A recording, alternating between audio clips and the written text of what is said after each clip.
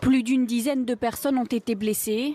La troisième ville de France avait jusqu'ici été épargnée par les attaques et les attentats. Cette explosion dans une rue fréquentée angoisse certains habitants. Depuis ce vendredi soir, la sécurité des sites accueillant du public est renforcée. La France n'avait pas connu d'attaque au colis piégé depuis décembre 2007. Et la France qui est touchée une nouvelle fois par un attentat après l'attaque au couteau d'un détenu radicalisé à Condé-sur-Sarthe. C'était en mars dernier. En 2018, par 3 fois, le pays a été victime du terrorisme. Les précisions de Thibaut Gauthier. La prison de Condé-sur-Sarthe, dernier lieu frappé par le terrorisme en France.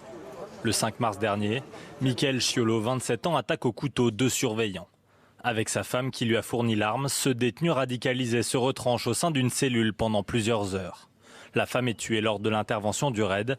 Le terroriste revendique vouloir venger Cherif Chekhat. Chekhat, le terroriste de l'attentat du marché de Noël de Strasbourg. Le 11 décembre, l'homme de 29 ans ouvre le feu dans le centre-ville. 5 morts, 11 blessés.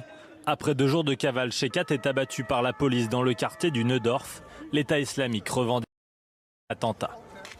Au début de l'année 2018, c'est le département de l'Aude qui est touché. Le 23 mars, après s'être emparé d'une voiture en tuant son propriétaire à Carcassonne, Radouane Lagdim blesse par balle 2 CRS qui effectuent un footing. Après s'être réfugié dans un supermarché de Trèbes, il abat 2 nouvelles personnes puis tue le gendarme Arnaud Beltrame qui avait échangé sa place avec un autre otage. Le militaire recevra un hommage national. Une attaque revendiquée par Daesh comme celle du 12 mai 2018 lorsque dans le quartier de l'Opéra à Paris, le franco-russe Ramzat Azimov poignarde plusieurs personnes avant de s'en prendre aux forces de l'ordre. Des policiers qui l'abattent après que le terroriste a tué 1 personne et fait 4 blessés. C'est un véritable défi qui est en face de nous pour tous les responsables. Depuis 2012, on totalise 250 morts à peu près.